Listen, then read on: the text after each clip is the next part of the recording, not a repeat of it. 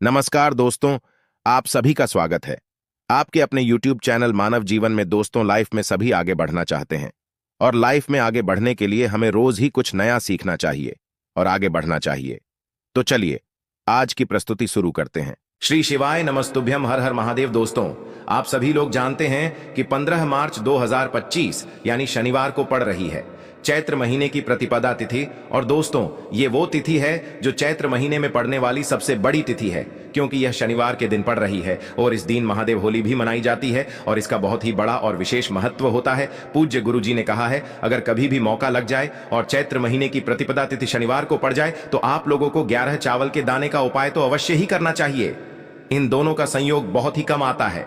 और दोस्तों, पूज्य गुरु जी ने अपनी शिव महापुराण की कथा में बताया है, इस दिन आपको 11 चावल दाने वाला उपाय तो अवश्य ही करना चाहिए, क्योंकि ऐसा दिन पूरे साल में सिर्फ एक ही बार आता है। और दोस्तों, आप सभी लोग जानते हो कि शनिवार महादेव होली का अगर सबसे बड़ा कोई उपाय है तो वो 11 चावल के दाने वाला उपाय है। तो दोस्तों, इस शनिवार के दिन आप लोगों को इस 11 चावल दाने वाले उपाय को जरूर करना है। बहुत सारे लोग होंगे जिन लोगों ने इस उपाय को न किया हो, मतलब पूरा साल निकल गया और उन्होंने किसी भी दिन इस 11 चावल दाने वाले उपाय को न किया हो। पर दोस्तों, आपके पास एक आखिरी मौका बचा हुआ है जो कि 15 मार्च के दिन है। तो इस दिन आप लोगों को इस वाले उपाय को जरूर कर लेना है। भले ही आपने पूरे साल भर इस उपाय को ना किया हो, पर अगर आपने इस चैत्र महीने की शनिवार के दिन अगर इस वाले उपाय को कर लिया तो आपको इस उपाय को करने का वो फल मिलेगा जिसकी आपने कभी कल्पना भी नहीं करी होगी। इसीलिए आप लोग इस वाले उपाय को एक बार जरूर कर लेना, ताकि आप लोगों के हाथ से यह मौका न जा सके और आपको इस उपाय को करने का फल मिल सके। दोस्तों, यह उपाय पंडित जी ने अपनी अभी की ही शिव महापुराण की कथा में बताया है। जिस उपाय को आज हम आपको बहुत अच्छे से समझाने वाले हैं, इस वीडियो को देखने के बाद इस उपाय को समझने के लिए आपको कोई और वीडियो को देखने की जरूरत नहीं पड़ेगी। तो चलिए दोस्तों, उपाय को शुरू करते हैं। देखिए, यह इस चैत्र महीने के शनिवार के दिन यह इतना खास होता है, इतना महत्वपूर्ण होता है। देखा गया है कभी कभी बड़े बड़े पूजा पाठ अनुष्ठान से जो मनोकामना पूर्ण नहीं होते, वो इस चैत्र महीने के महादेव होली के दिन एक छोटे से उपाय करने से ही आपकी मनोकामना पूर्ण हो जाती है। और बहुत सारे लोगों ने इस उपाय को किया भी है और उनको इस उपाय को करने का फल भी जरूर मिला है। अगर आप लोग भी इस उपाय को शनिवार के दिन करना चाहते हैं तो आप इस उपाय को पहले अच्छे से समझ लेना, सुन लेना, उसके बाद करना। आपको इस उपाय का फल जरूर मिलेगा। और इस उपाय को कर लेने से आपके घर में चाहे किसी भी प्रकार की दुख और समस्या क्यों ना चल रही हो, आपको उसका कारण भी नहीं पता है कि भाई ये समस्या किस कारण से चल रही है, उसका कुछ भी कारण हो सकता है, जैसे पितृ दोष हो सकता है या किसी भी तरह का मंगल दोष भी हो सकता है। तो इस दिन आप लोगों को यह वाला उपाय कर लेना है। ये एक ऐसा उपाय है जिस उपाय को अगर किसी विशेष दिन पर किया जाए तो भाई उस विशेष दिन का जो है वह तो हमें मिलता ही मिलता है, पर हमने उस दिन पर इस उपाय को किया है तो हमें उससे भी बड़ा फल मिलता है और फल बहुत जल्दी मिलता है, क्योंकि आप इस उपाय को बहुत ही बड़े और विशेष दिन पर कर रहे हो। तो चलिए अब उपाय के बारे में बात करते हैं, लेकिन उससे पहले आप लोगों को यह जानना आवश्यक है कि आखिर यह उपाय किस समय करना है, किसको करना है और कैसे करना है। तो चलिए हम आगे आपको वीडियो में एक एक करके बता देते हैं। लेकिन उससे पहले अगर आप लोग हमारे चैनल पर नए हैं तो हमारे चैनल को सब्सक्राइब कर लेना और इस वीडियो को लाइक करके कमेंट बॉक्स में श्री शिवाय नमस्तुभ्यम ओम नमः शिवाय जरूर टाइप कर देना। और अपने फायदे के लिए, गरीबी दूर करने के लिए इस वीडियो को पूरा देख कर जाना, तभी आपको लाभ की प्राप्ति होगी।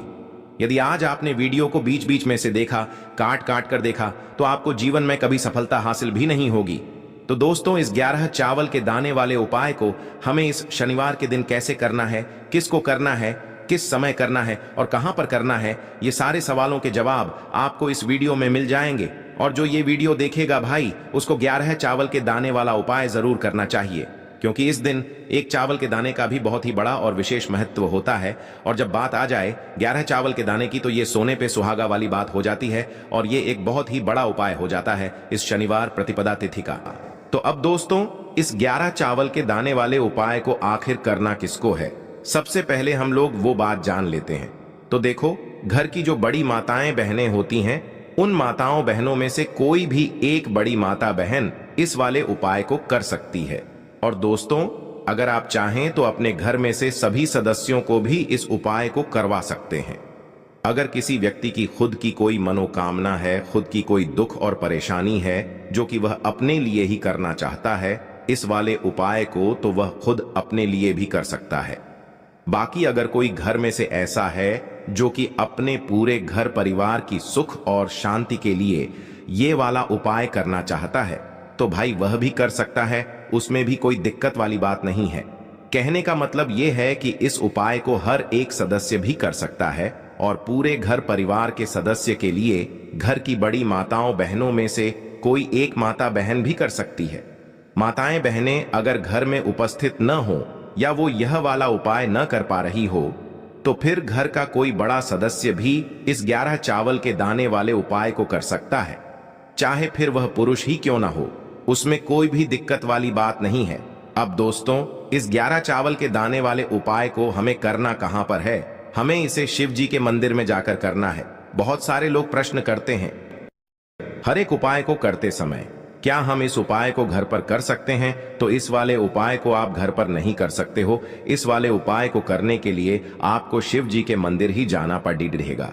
उसके बाद में दोस्तों जो अगला प्रश्न निकल कर आता है वो यह आता है इस उपाय को लेकर कि आखिर इस उपाय को हमें किस समय करना है, सुबह के समय करना है कि शाम के समय करना है? तो देखो, इस वाले उपाय को आप लोग सुबह के समय भी कर सकते हो और शाम के समय प्रदोष काल में भी कर सकते हो। अब अगर आप पूछो कि भाई सबसे उत्तम समय कौन सा रहेगा इस 11 चावल के दाने वाले उपाय को करने का, तो हम आपसे बस यही कहेंगे कि इस उपाय को आप सुबह के समय करेंगे तो ज्यादा बेहतर होगा। बाकी अगर प्रदोष काल शाम के समय भी करेंगे तो भी अच्छा होगा, उसमें कोई भी दिक्कत वाली बात नहीं है। तो अब दोस्तों जो अगली सबसे बड़ी और महत्वपूर्ण बात आती है वो यह आती है कि सुबह अगर हम उपाय को करेंगे तो हमें कितने बजे से लेकर कितने बजे तक के बीच में करना है, और शाम के समय प्रदोष काल में करेंगे तो हमें कितने बजे से लेकर कितने बजे के बीच में करना है। तो देखो, सुबह जितनी जल्दी हो सके आप उपाय को करने की कोशिश करना।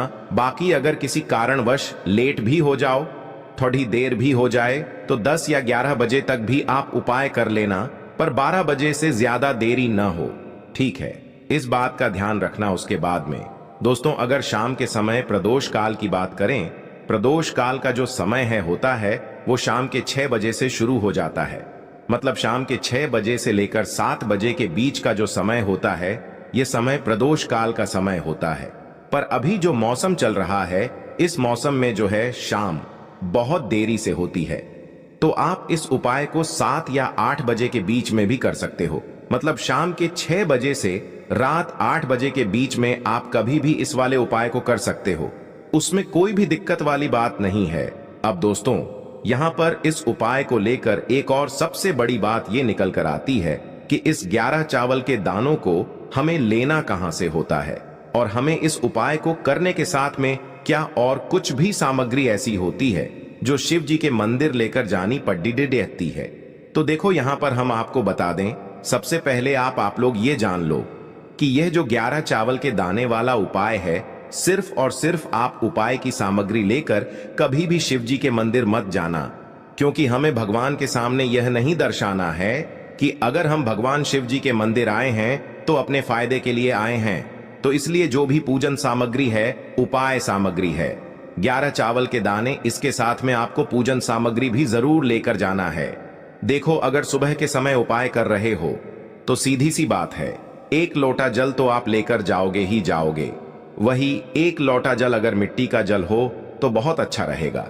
मिट्टी का जल कैसे बनाया जाता है इसके लिए हमने पहले से बहुत सारी वीडियोस बना दी है।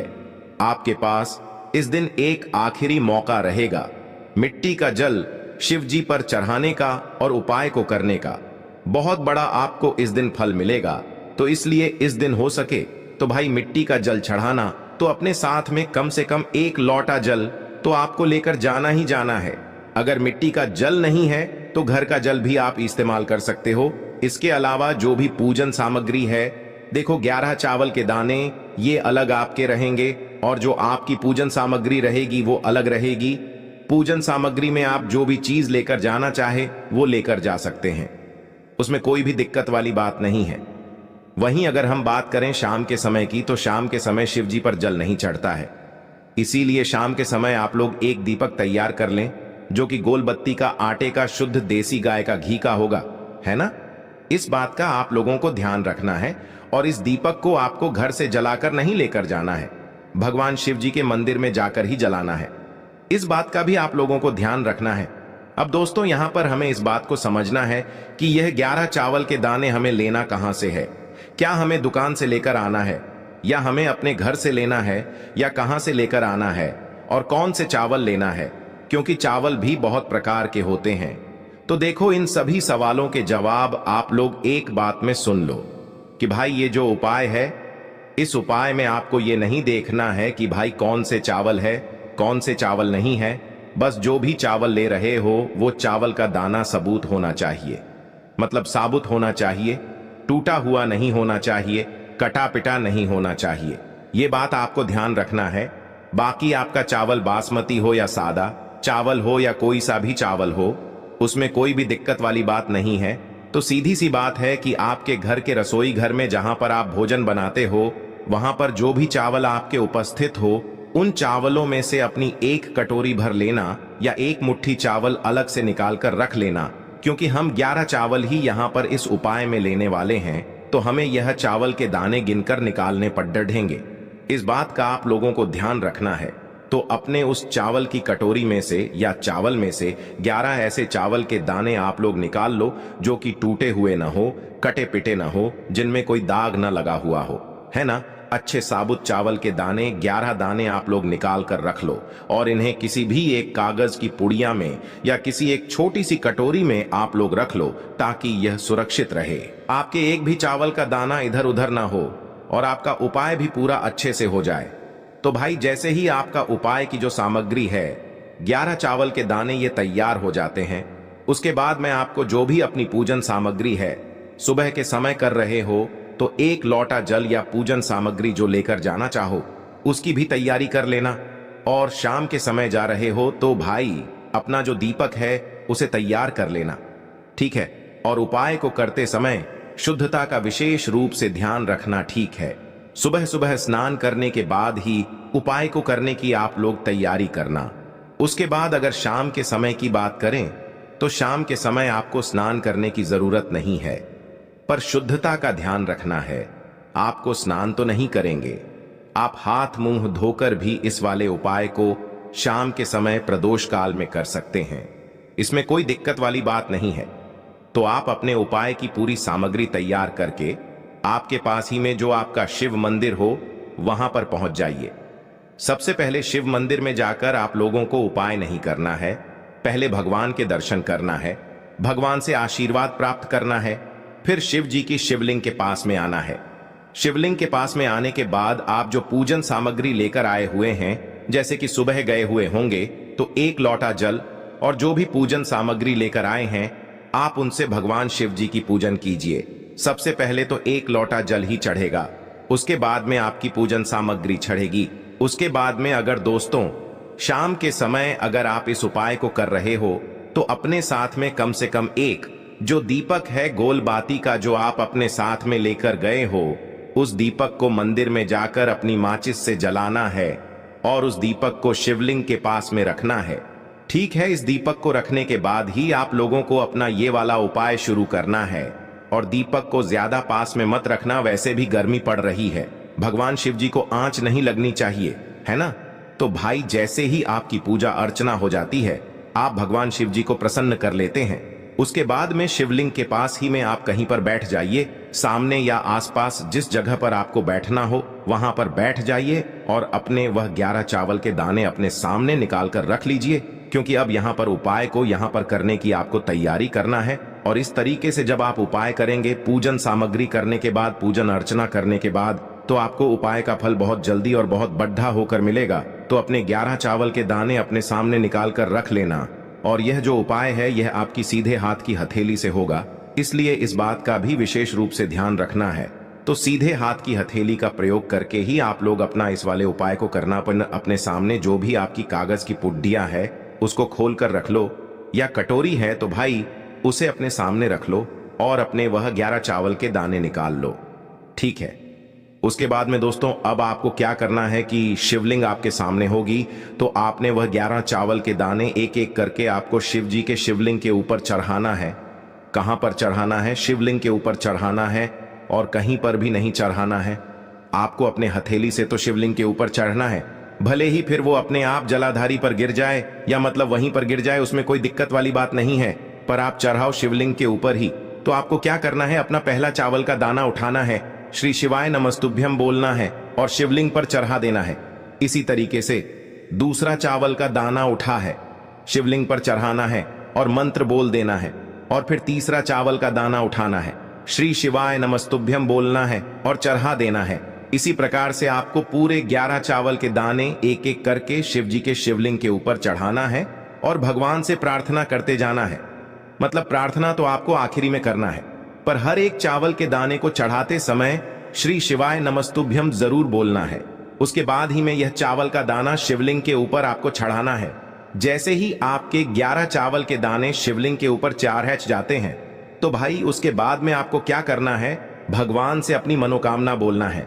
मनोकामना भी कब बोलना है, जब आपका 11 चावल का दाना आपके सीधे हाथ की हथेली में हो और आप उसे चढ़ाने के लिए जा रहे हो। श्री शिवाय नमस्तुभ्यम बोलकर उस आखिरी चावल के दाने को शिवलिंग के ऊपर चढ़ा देना और भगवान से फिर अपनी वह मनोकामना बोल देना, जिस मनोकामना के लिए आप लोग अपना यह वाला उपाय कर रहे हो, जिस भी दुख और परेशानी के लिए आप लोग अपना यह वाला उपाय कर रहे हो। उसके बाद में जैसे ही आप अपनी मनोकामना बोल देते हो, आपका यह वाला उपाय पूरा हो जाता है।